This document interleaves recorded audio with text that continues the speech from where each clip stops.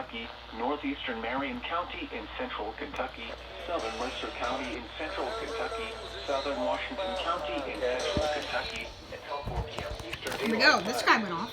Thank you. 11:55 a.m. Eastern Daylight Time.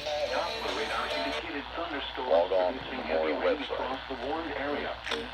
Between 1.5 and 2.5 inches of rain has fallen.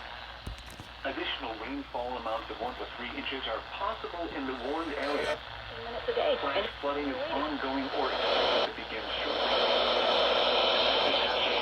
Flash flooding caused by thunderstorms. Based technique that makes Source, learning fun, radar. engaging, and best of The all, following events are expected. Flash flooding of small creeks and streams, urban areas, highways, streets, and underpasses, as well as other poor drainage and low-lying areas.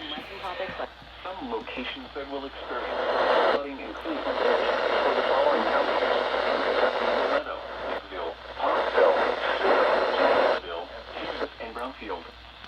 Turn around. Don't drown when encountering flooded roads. Most flood deaths occur in vehicles.